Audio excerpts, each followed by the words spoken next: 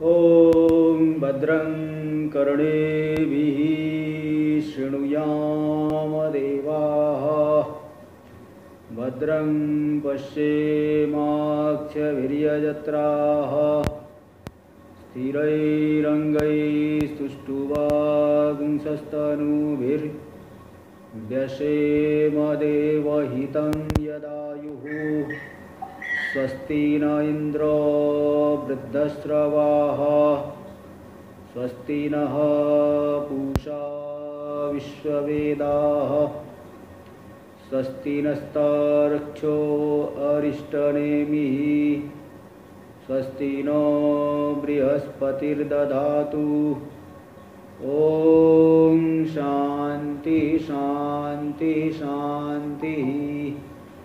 शङ्करं शङ्कराचार्यं केशवं बादरायणं सूत्रभाष्यकृतौ वन्दे भगवन्तौ पुनः पुनः।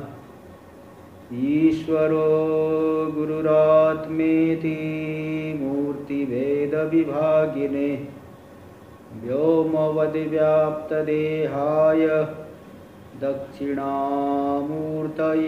नमः। ॐ शान्ति शान्ति शान्तिः। अथर्ववेदीय प्रश्नोपनिषद पर हम लोग विचार कर रहे हैं। इसके तृतीय प्रश्न में जो कई अवान्तर प्रश्न आए कि कहाँ से प्राण की उत्पत्ति होती है, कैसे शरीर में आता है, अपने आप को विभक्त करके कैसे शरीर में प्रतिष्ठित रहता है, किस वृत्ति के द्वारा उत्क्रमण करता है, कैसे बाह्य जगत, आध्यात्मिक जगत और अधिभूत जगत, इन तीनों को कैसे धारण करता है। तो शुरुआत के दो प्रश्न का तो उत्तर हो चुका था। तीसरा प्रश्न का जो उत्तर चल रहा है, यह आत्मानं व प्रविभज्य कथम प्रातिष्ठते, प्राण अपने आप को विभक्त करके कैसे प्रतिष्ठित है। इसी प्रसंग में ज्ञान के विषय में बताने के लिए जो इतनी नाड़ियों का भी कथन हुआ, इन सभी नाड़ियों में 72 करोड़ 72,10,201 इतनी नाड़ियों में ज्ञान जो है विचरण करता है। तो इसके बाद बताने के बाद फिर जो अगला मंत्र आया, सप्तम मंत्र, अथैकया ऊर्ध्व उदान, एक वृत्ति के द्वारा, एक नाड़ी के द्वारा उदान ऊर्ध्व करके, वो सुषुम्ना नाड़ी के माध्यम से,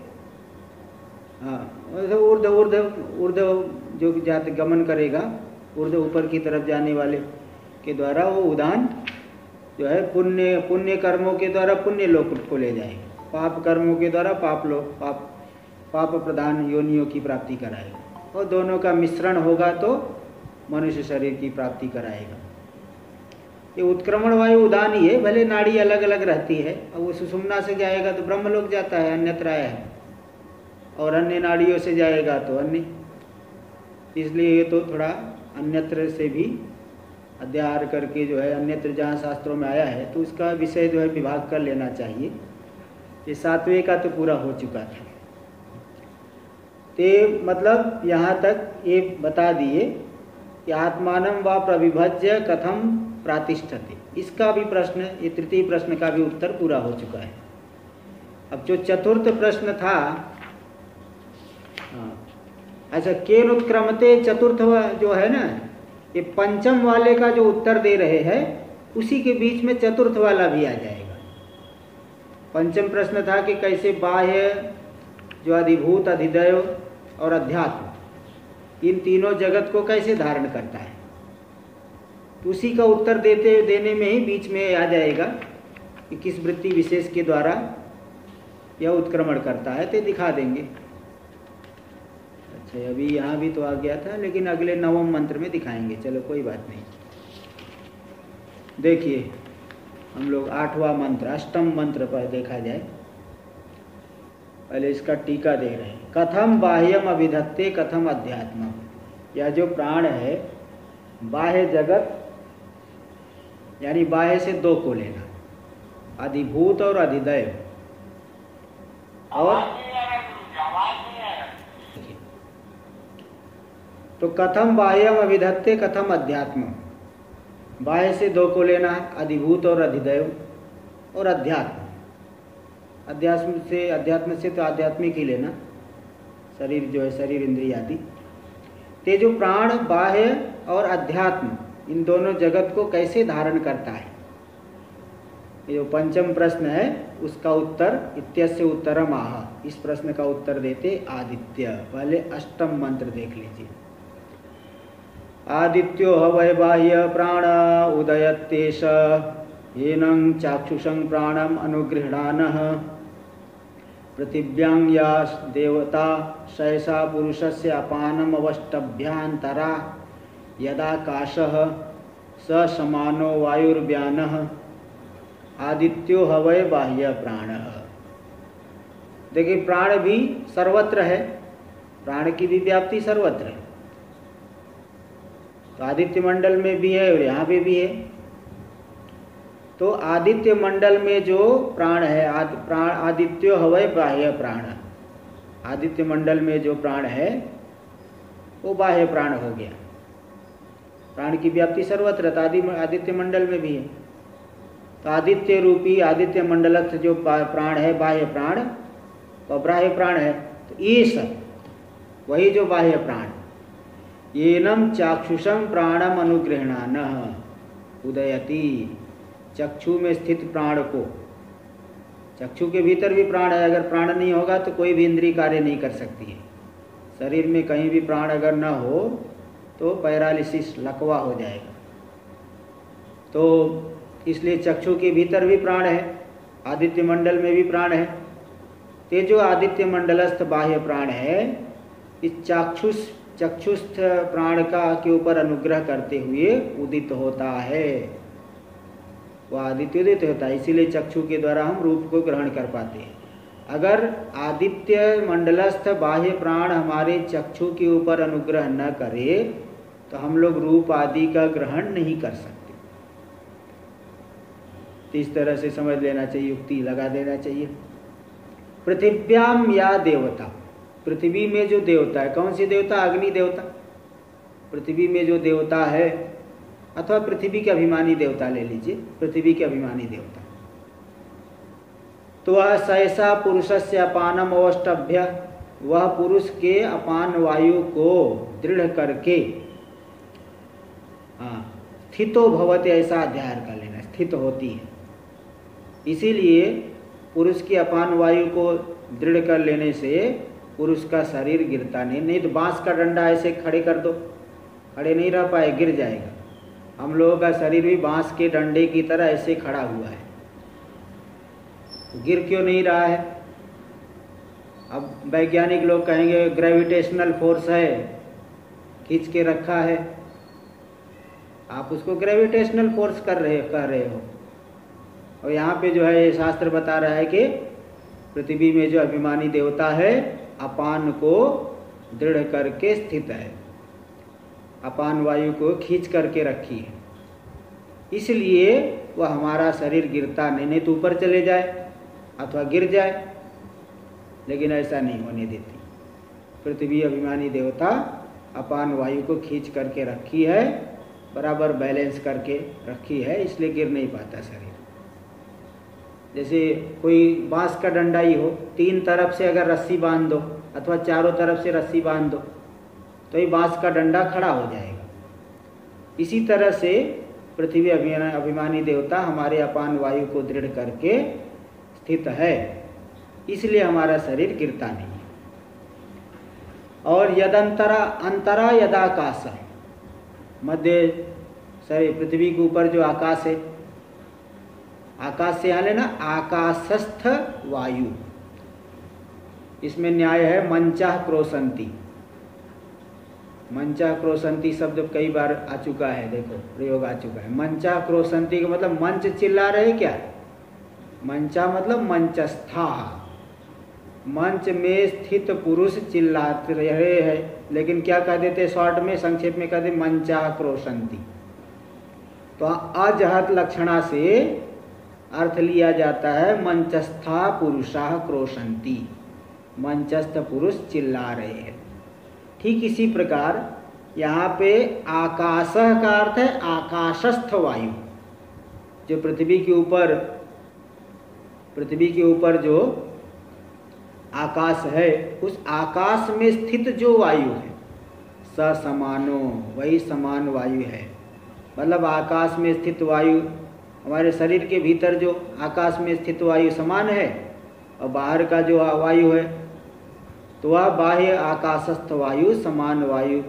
अच्छा, अंतरा यदाकाशस्थ स समानो वायु, हाँ बस वही बात है, वही एक ही है, आगे आगे। तो स समानो वायुर्व्यान, अच्छा स समान है, यहाँ तक लेना, स समान है तक समझना, आगे अपने समझने के लिए कॉमा भी कर सकते हैं, क्योंकि आगे वायुर्व्यान है, वो अलग पंक्ति है।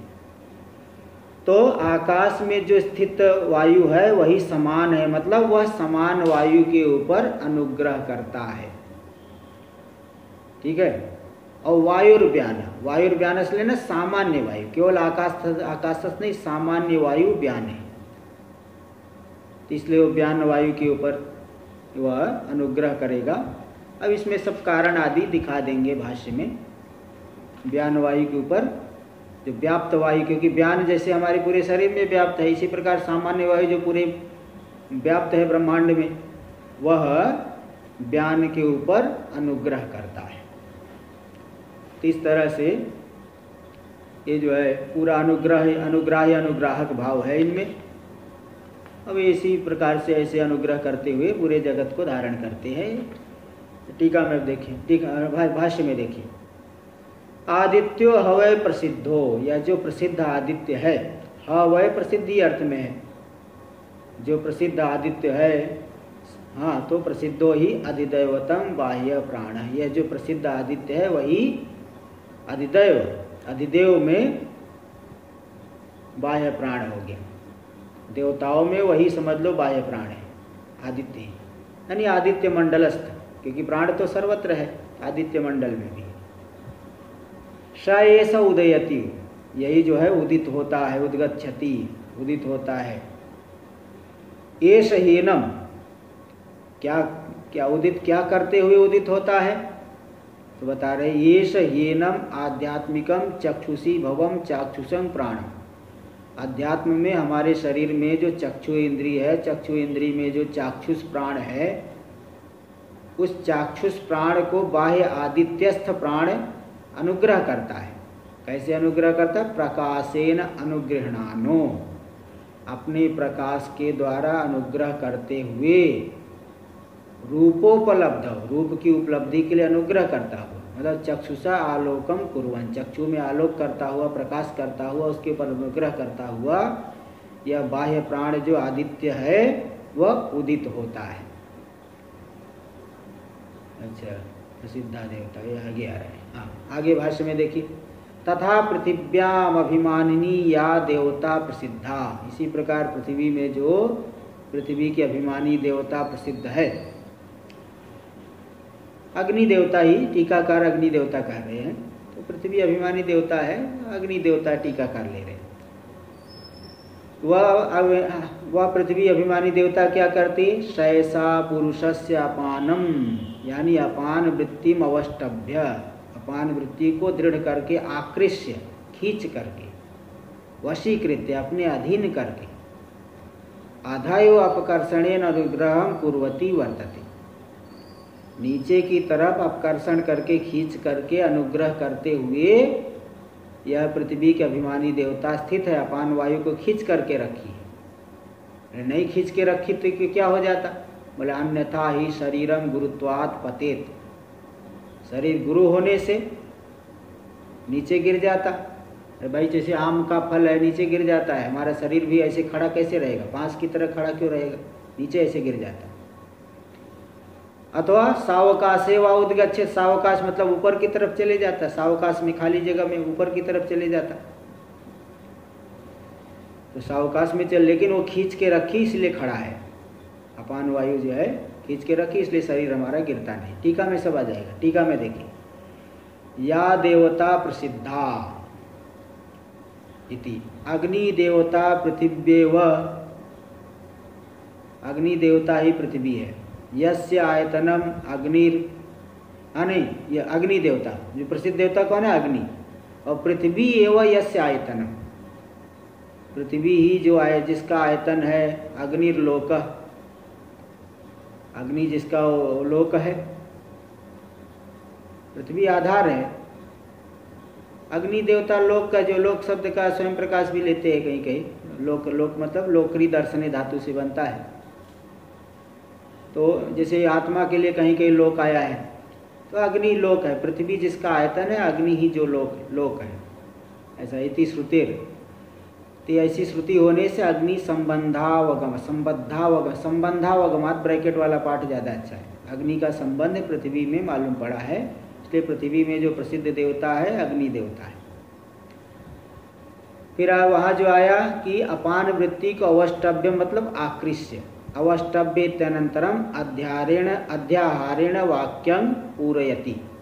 अवष्टभ्य यहाँ पे इसके अनंतर अध्याहार करके, अध्याहार का अर्थ जो है व्याकरण पढ़ने वाले जानते हैं, आकांक्षित देश पूरणम, आकांक्षित एक देश को पूर्ण कर लेना। जैसे दरवाजा बंद है, कोई आ गया बाहर, गुरुजी ने शिष्य से कह दिया द्वारम, तो शिष्य समझ जाएगा खोल, द्वारम उद्घाटय, खोलो। और दरवाजा पहले से खुला है तो कह दिए द्वारम, यानी पिधे ही, उसको बंद करो। तो अध्याहार करके जैसे वाक्य पूरा बना लेते हैं तभी पूरा। अभी जो है आया था तनादि में आकांक्षित एक देश पूर्णम। हाँ, तनादिगण में आप देख लेना। हाँ, उपात प्रतियत्न वैकृत आया था ना सूत्र, वाक्याध्याहारे सूच्य, ऐसा वही देख लीजिए। तो वो जो है अध्याहार, इसको कहते हैं अध्याहार। अवष्टभ्य इसके अनंतर अध्याहार करके वाक्य को पूर्ण कर रहे हैं। तो अवष्टभ्य मतलब आकृष्य वशीकृत्य, मतलब आधा एव अपकर्षणेन, आधा एव अपकर्षणे इसका अनुग्रह। अवष्टभ्य का ही अर्थ है आकृष्य वशीकृत्य, और अध्याहार किसके किए हैं? आधा एव अपकर्षणेन अनुग्रहम कुर्वती। तो जो पृथ्वी देवता है खींच करके नीचे की तरफ ला करके ही अनुग्रह करती हुई, खींच करके, अपकर्षण करके, खींच कर, तो ऐसा अनुग्रह, आधा एवं ऐसा अनुग्रह अध्याहार करना है। तो इस तरह से अनुग्रह करती हुई वर्तमान है।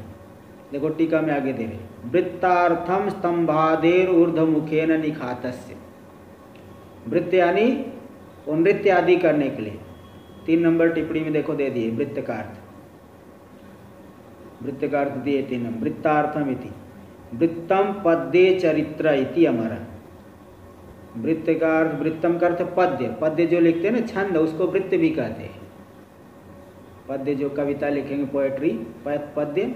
संस्कृत में एक संस्कृत वाले को वृत्त कहेंगे, बाकी दूसरे वाले का हम नहीं जानते क्या कहते हैं। तो पद्य वृत्त कहते हैं, छंद को ही वृत्त कहते हैं। ये अलग अलग वृत्त होते हैं ना। और चरित्रम, चरित्र भी अर्थ होता है चरित्र।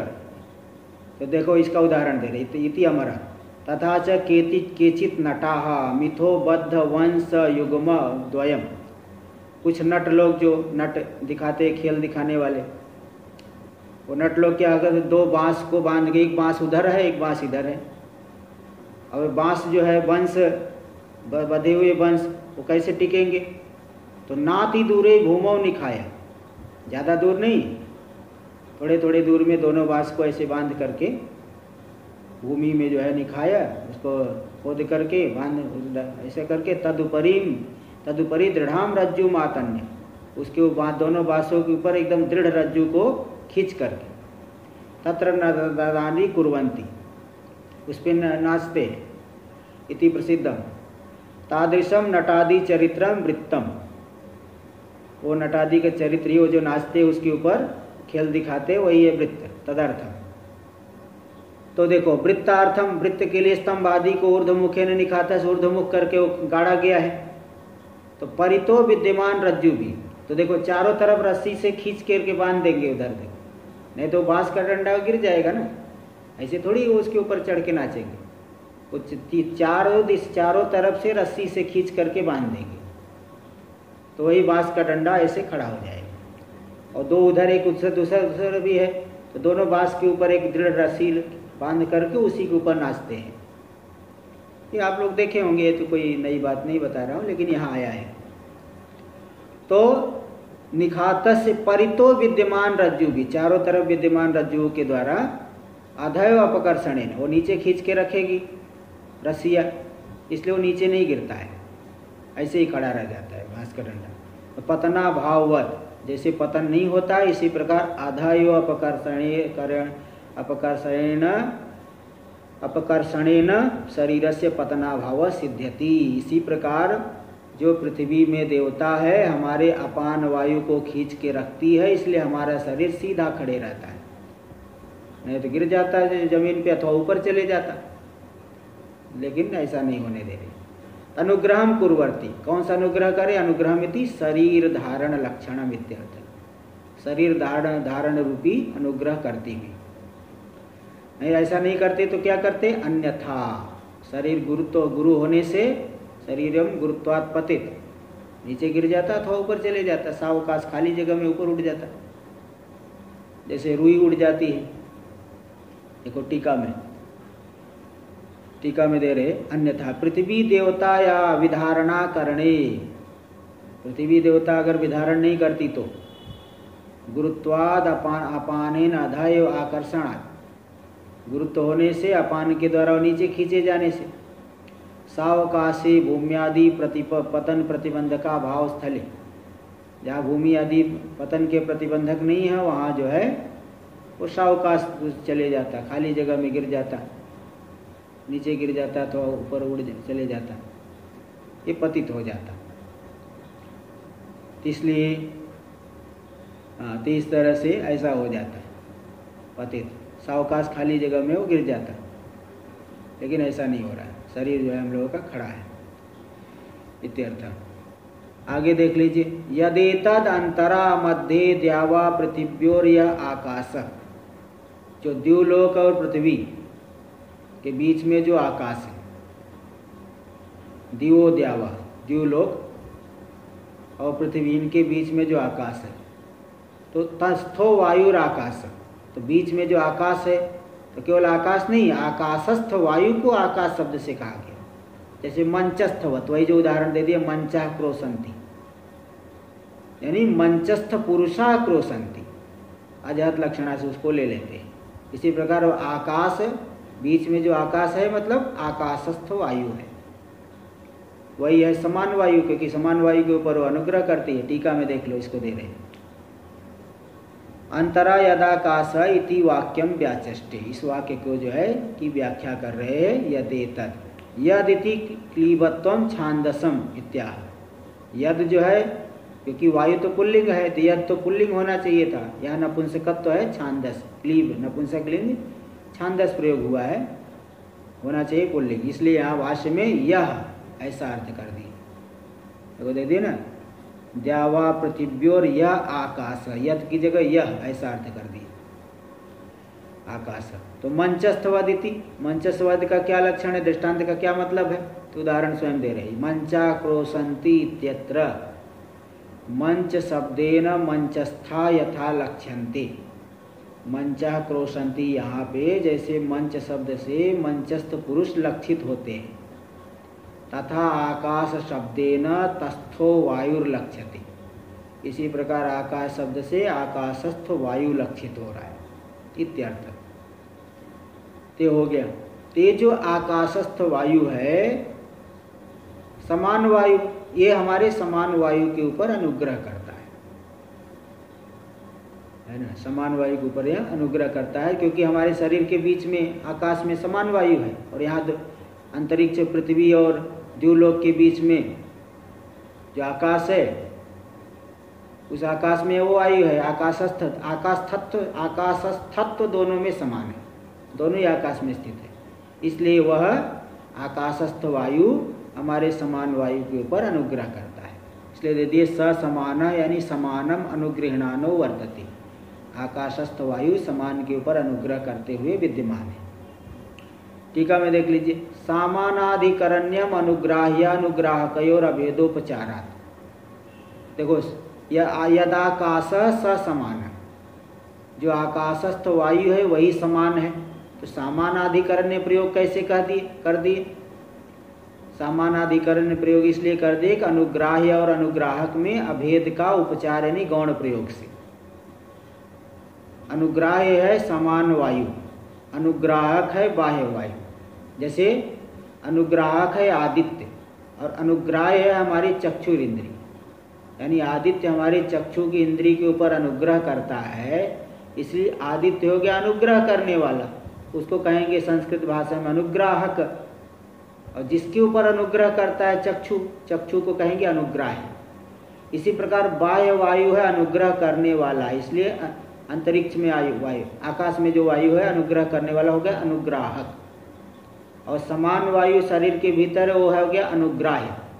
तो अनुग्राह्य अनुग्राहक में अभेद का गौण प्रयोग होने से सामानाधिकरण्य प्रयोग मंत्र में हुआ है, लेकिन भाष्यकार भगवान ने उसको सही करके फिर आगे लिख दिया ससमान मतलब समानम अनुगृहणानो वर्तते, आकाशस्थ वायु समान वायु के ऊपर अनुग्रह करता हुआ विद्यमान है। अभेदोपचारत्या समानम अनुगृहणान इति।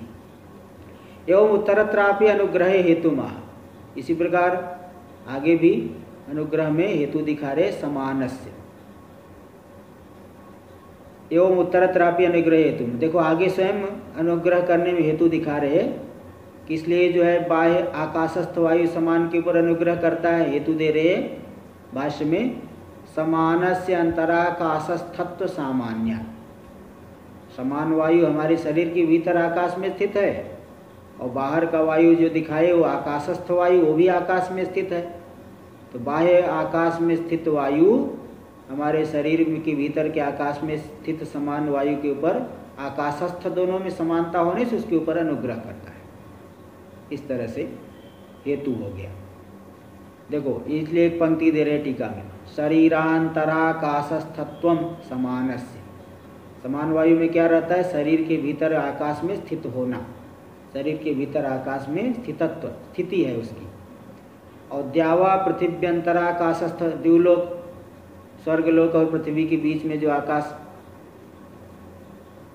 तो उनके जो है उस आकाश में स्थितत्व है बाह्य वायु का, बाह्य वायु इस आकाश में स्थित है। इति अंतराकाशस्थत्वम तयोस्तुल्यम, भीतर के आकाश में स्थित होना दोनों में तुल्य हो गया, बराबर हो गया इत्यर्थ। इसलिए अनुग्राह्य अनुग्राहक भाव है। भाई कुछ समानता तो होनी चाहिए ना, नहीं तो अनुग्राह्य अनुग्राहक भाव कैसे आएगा? आगे टीका में वायुर्व्यान इत्यत्र, वायुर्व्यान इत्यत्र तु अंतराकाशस्थत्व विशेष रहित। यहाँ अंतराकाशस्थत्व विशेषता से रहित कोई सामान्य वायु, कोई भी वायु, सामान्य वायु को ले लीजिए। वायु सामान्य न समुच्यते इति न पूर्वाभेद। अंतराकाशस्थत्व विशेषता से रहित जो वायु सामान्य के द्वारा समुच्चय किया जा रहा है। देखो सामान्य इति न पूर्वाभेद, इसलिए पूर्व पर्याय के साथ में अभेद नहीं होगा कि अंतराकाशस्थत्व तो पहले भी बताया, अभी भी वही बता रहे हो, तो ऐसा नहीं समझना।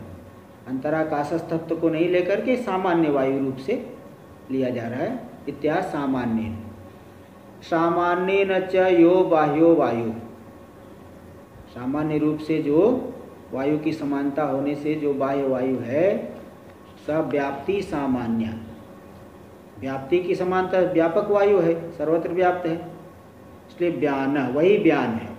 जैसे व्यान हमारे शरीर में व्याप्त है, वैसे सामान्य रूप से सर्वत्र व्याप्त वायु वो व्यान है, मतलब व्यान के ऊपर अनुग्रह करता है।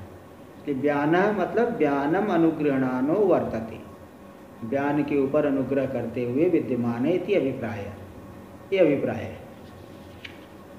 इस तरह से दे दिए। यहाँ पे अब दिखाए कि अनुग्राहक भाव दिखा दिए, इससे धारित हो रहा है, वायु के द्वारा सभी धारित हो रहा है, अनुग्रह होकर के सबका धारण हो रहा है। और भी दिखा दे रहे आगे।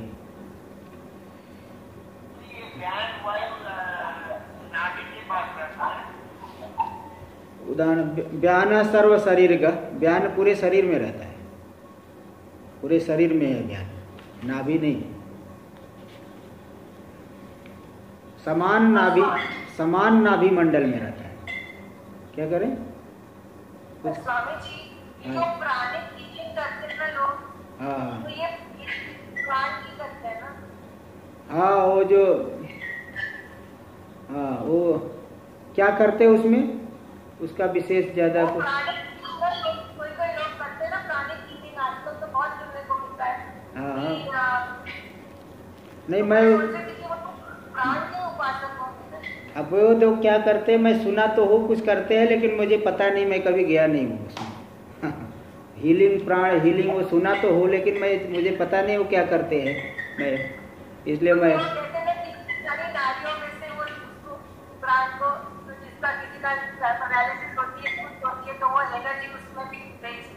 अच्छा वो मुझे पता नहीं उसके बारे में, इसलिए मैं उसके बारे में बता नहीं सकता। सुना हो, केवल शब्द ही सुना हो बस, कोई समझ मुझे मालूम नहीं उसके बारे में।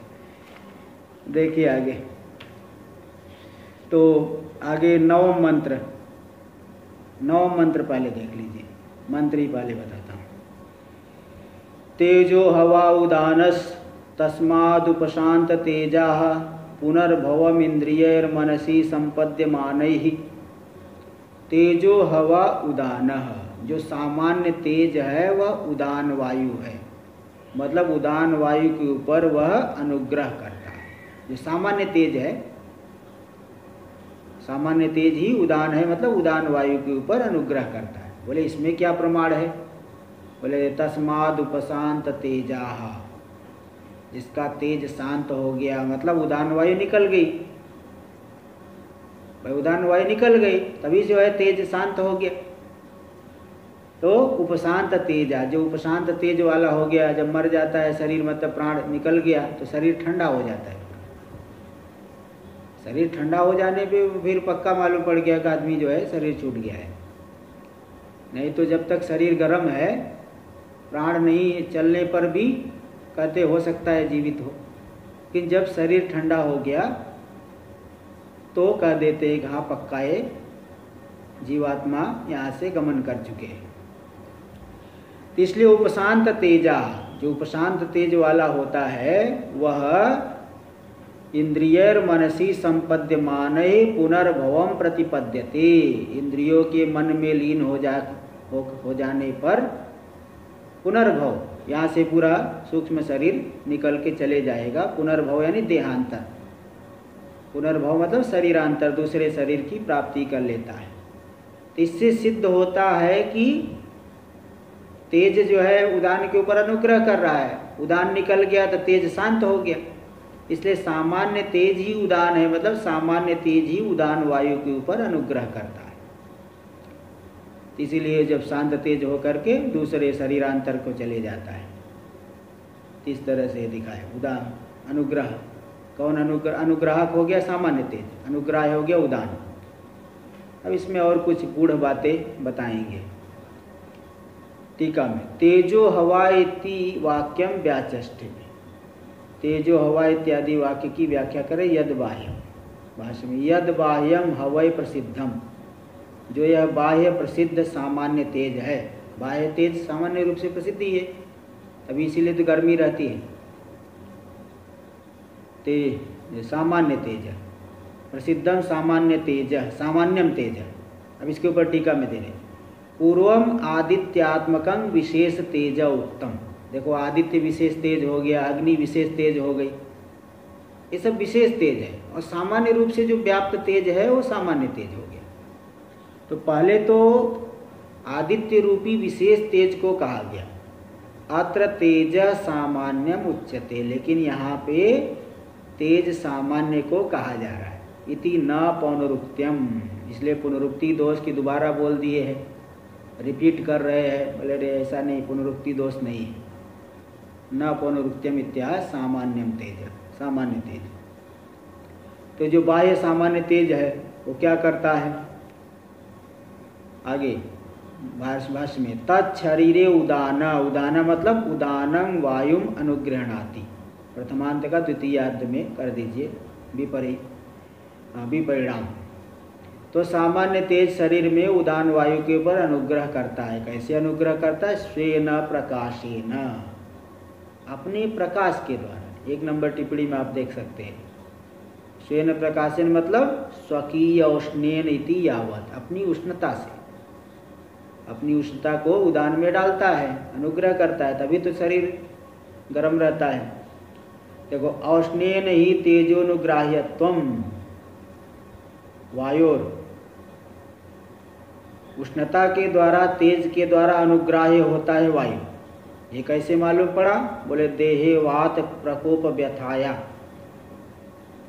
देह में वायु प्रकोप व्यथा है, पीड़ा है, तो अग्नि आदि औष्ण्योपधानेन, अग्नि आदि उष्णता को उपधान करके, मतलब उसमें कुछ गर्म सेकते हैं, सिकाई आदि करते हैं, तो उसके द्वारा प्रशम दर्शनात्, वायु का प्रकोप, वायु प्रकोप व्यथा का, पीड़ा का प्रशम होता है, ये प्रसिद्ध है। इसलिए वायु में तेज उष्णता के द्वारा अनुग्रह करता है, ये सिद्ध हुआ। तो वही कह रहे, अपने प्रकाश के द्वारा बाह्य तेज उदान वायु के ऊपर अनुग्रह करता है। टीका में देखिए, एवं आदित्यादिना रूपेण मुख्य प्राणस्य प्राणापान समानोदान व्यानानुग्राहकत्वोक्त्या अध्यात्मं प्राणादिवृत्त्यनुग्राहकत्वम उक्तम। देखो जो कि 5वां प्रश्न था ना, 5वां प्रश्न था कि कैसे बाह्य और अध्यात्म जगत को धारण करता है प्राण, मुख्य प्राण। तब यहाँ पे 5वें प्रश्न का उत्तर नहीं है, अगर केवल मंत्र देखोगे तो समझ में नहीं आता है। भाष्य में भी बता तो दिए भाष्यकार भगवान, लेकिन तात्पर्य रूप से नहीं मालूम पड़ रहा है कि इसमें यहाँ पे बता दिया गया है। लेकिन टीकाकार इसीलिए टीकाओं में और अच्छे से खोल देते हैं। तो देखो यहाँ टीकाकार दिखा रहे हैं कि वो 5वें प्रश्न का उत्तर यहाँ बता दिया गया। कैसे देखिए, तो बता रहे, एवं आदित्यादिना रूपेण मुख्य प्राणस्य, आदित्यादि के रूप से जो मुख्य प्राण है वह प्राणापान समान उदान व्यानानुग्राहकत्वोक्त्या, वह प्राण अपान समान व्यान उदान इन सब का अनुग्राहक है। उस अनुग्राहकत्व के कथन से अध्यात्मम प्राणादि वृत्त्यनुग्राहकत्वम उक्तम, अध्यात्म में प्राणादि वृत्तियों का अनुग्राहक है आदित्य, ये कह दिया गया।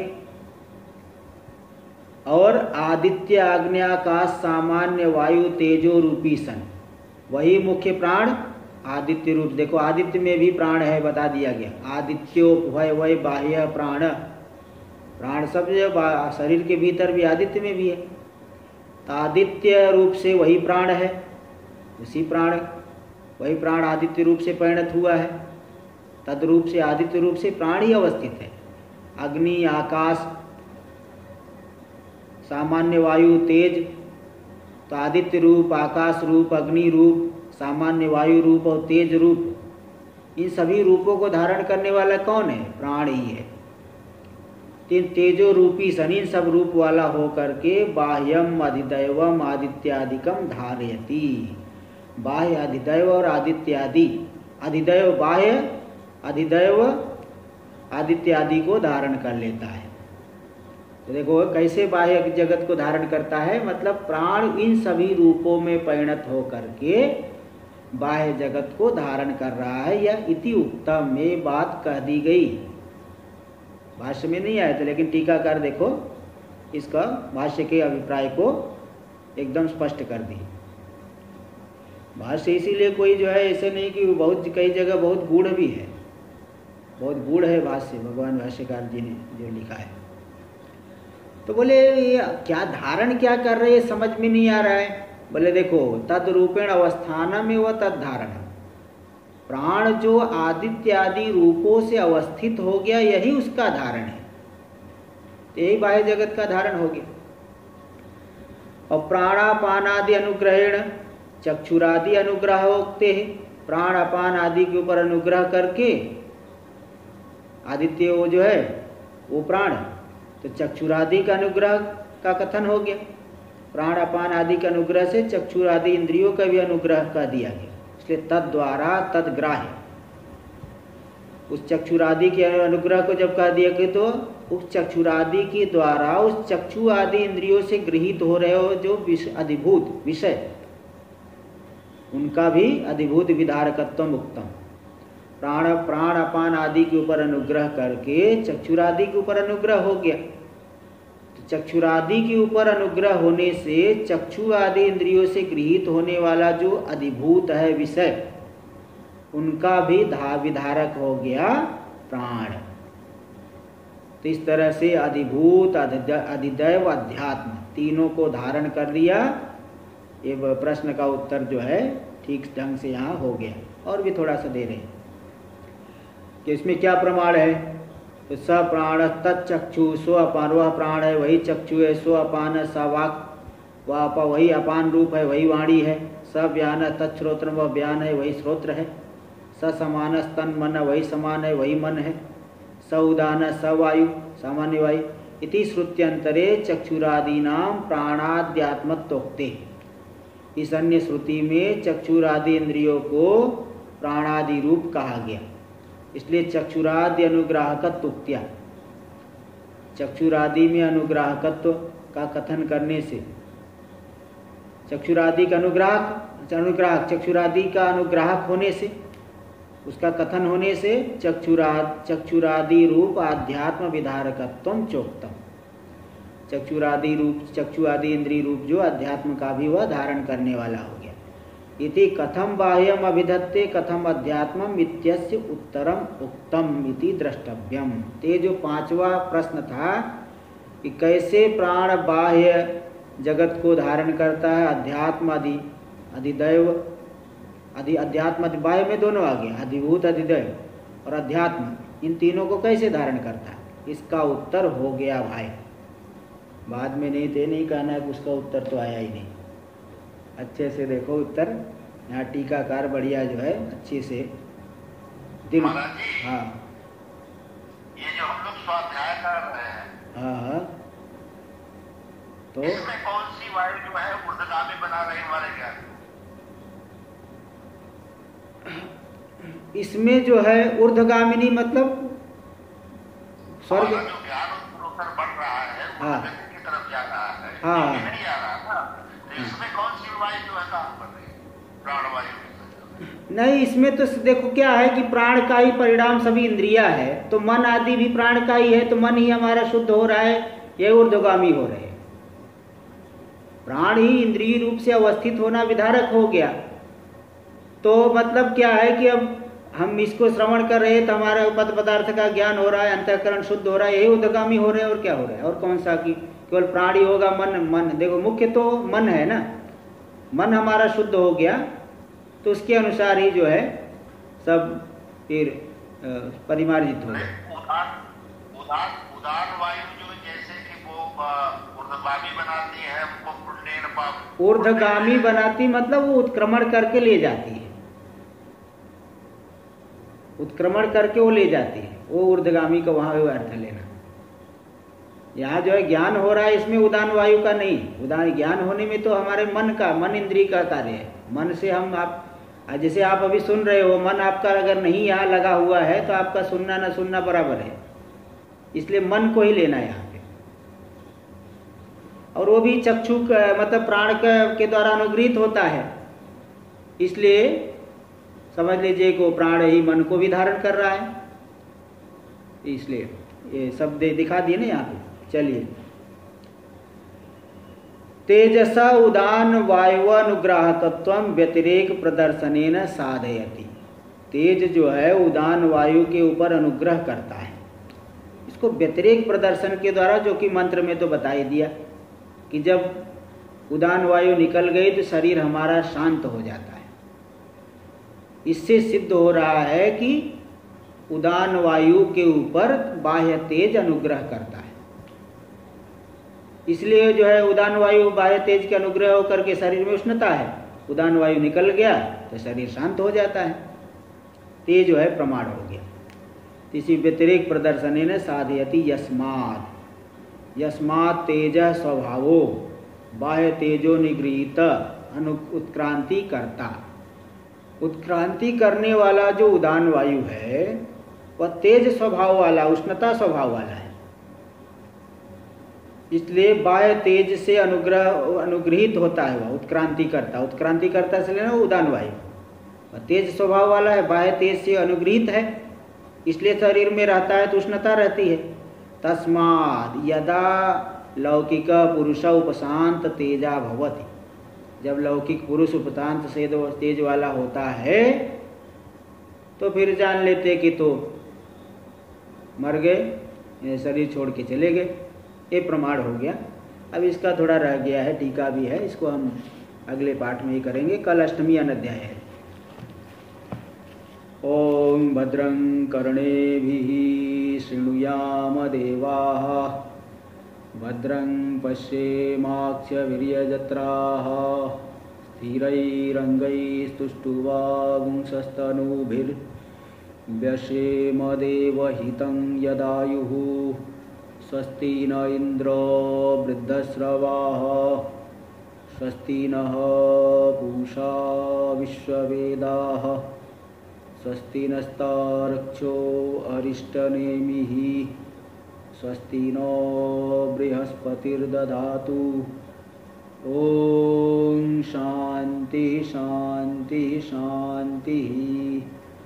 शंकरं शंकराचार्यं केशवं बादरायणं सूत्रभाष्य कृतौ वंदे भगवन्तौ पुनः पुनः। ईश्वरो गुरुरात्मेति मूर्तिभेदविभागिने व्योमवद्व्याप्तदेहाय दक्षिणामूर्तये नमः। ओम शांति शांति शांति।